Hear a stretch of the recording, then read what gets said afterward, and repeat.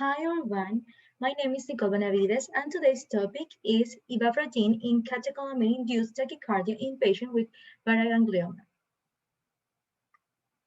Definition: related clinical sequelae results from catecholamine secretion that can cause hypertension, tachyarrhythmia, multi-organ failure, and death. Here is a video.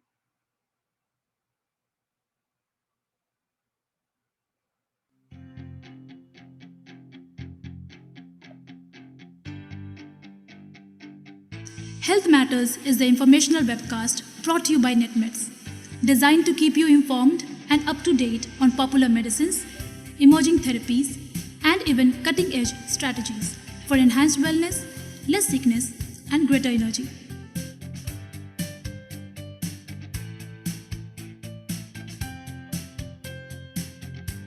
This medicine contains Ivabradine, which belongs to the class of anti-anginal drugs. It works by reducing the heart rate by a few beats per minute and helps you improve the functioning of the heart.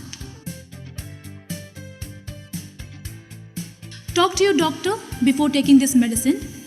If you are allergic to Ivabradine, if you have heart, liver, or renal problems, Let's continue. Application in medicine. Catecholamine increases heart rate via beta-adrenoreceptors stimulation and beta and calcium channels blockers modulate this effect by inhibiting the signal cascade. Although beta-adrenoreceptors desensitization occurs with prolonged catecholamine stimulation, tachycardia persists despite maximal beta-adrenoreceptor blockage. Here is a video.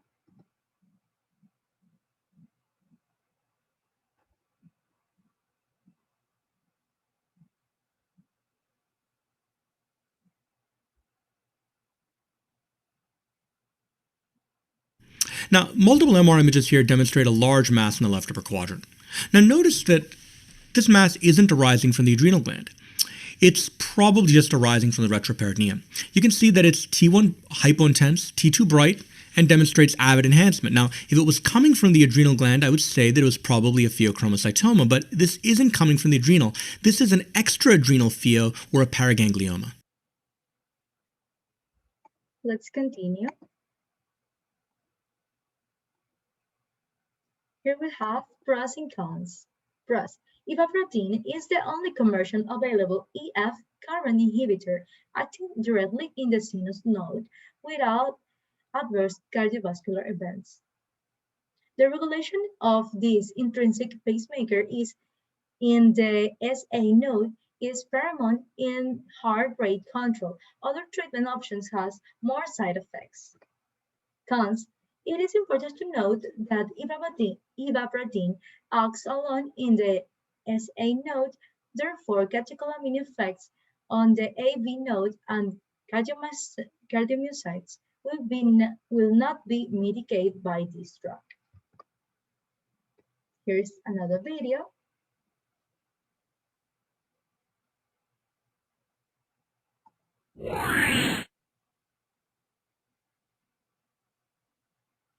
Pheochromocytomas and paragangliomas are a very rare subtype of neuroendocrine tumors with a striking difference to most of the others in that they unfortunately carry a very poor prognosis when they have a proper malignant phenotype. So 80% of these patients will be cured just by surgery, but there is 20 to 30% of them that would either have a recurrence after surgery or would present with metastatic disease. And unlike most other neuroendocrine tumors, pheos and paragangliomas do not really respond very well to conventional therapies, including chemotherapy. There has never been a trial showing that these treatments will prolong survival of patients or improve their quality of life. So there is an acute need for novel therapies. In terms of our own study, we wanted to look at the interplay between hypoxia and the regulation of PD ligands, which are two molecular mechanisms on which malignancies tend to rely on to progress further, knowing that actually PDL PD-1 and PD-L2 expression is an actionable driver of the immune response for which new therapies are available. So what we found is that, quite strikingly, 15 to 20% of the patients who present with pheochromocytomas and paragangliomas do display an upregulation of either PD-L1 or PD-L2, to suggest that these two targets are somehow involved in the immune tolerogenic environment in these tumors. Let's continue. Issue applied in Ecuador. In Ecuador, this medication is known as Paraganglioma, and it is used to treat symptomatic treatment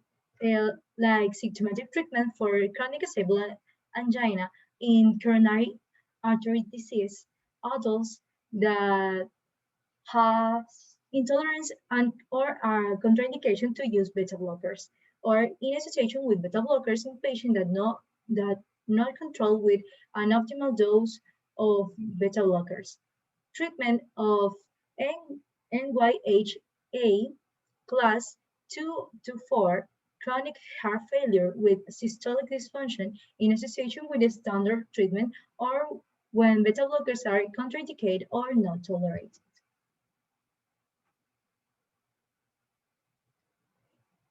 Here's another video.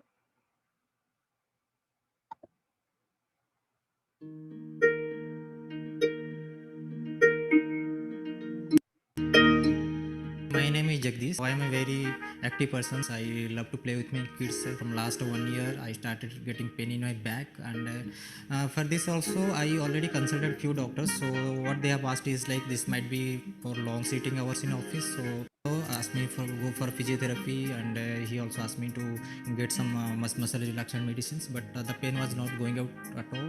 So it was 24/7, and the pain was actually spreading to my legs towards my knee.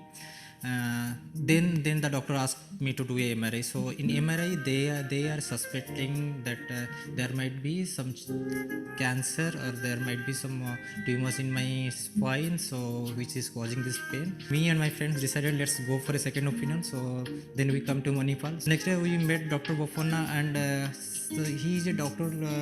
What I can say is like he is actually coordinating with other doctors. He was taking the review of the other doctors while diagnosis also. They found that this is a case of Paraganglioma, and doctor gave me a confidence that no need to worry for that it's not a life-threatening, and we are going to cure it. I used to come to Manipal. I used to look at the board on the top of the Manipal. So Manipal life is on. So I used to always think about like whether really the life is on. They'll be able to save my life. This young gentleman who came to us with severe backache and pain radiating down his legs had a tumor that was potentially curable in his spine, and we were surprised to find the way it presented was very unusual, with a long-standing history of hypertension, and his backache actually followed much later. Now, when you are presented with an unusual diagnosis, which is difficult in such instances, it takes a multidisciplinary team. On MRI, which showed there is a large tumor involving the lumbar vertebral body L2, and it was spreading to the abdomen. We call it retroperitoneal structure, as well as causing compression of the dural tube nerve structures. And subsequently he underwent a biopsy, which revealed there is a paraganglioma. Paragangliomas are very rare tumors in the vertebral bodies. And not only that, they are very highly vascular. Highly vascular in term means they bleed a lot during the surgery. These paragangliomas can be of two types. Either they secrete hormones which can cause hormone problems, or they may not secrete. In his case, he had blood pressure and he had few symptoms on discussion which I felt that we need to make sure it is either producing the hormones or not. So we sent him away to do some special investigations on his blood and urine, and that revealed that indeed these paragangliomas are secretory, by which I mean they were producing hormones in excess.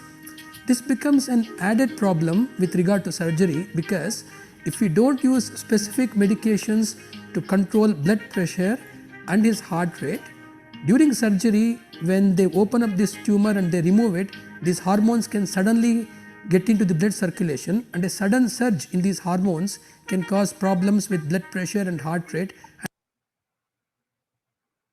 Let's continue. Conclusion. In conclusion, regulated impulse regeneration with Ivabradine is one possible approach in managing sinus tachycardia in patients with co-finding elevated catecholamine levels and beta adrenoreceptor desensitization, and therefore diminish response to beta adrenoreceptor blockers. Thanks, everybody. Follow my YouTube account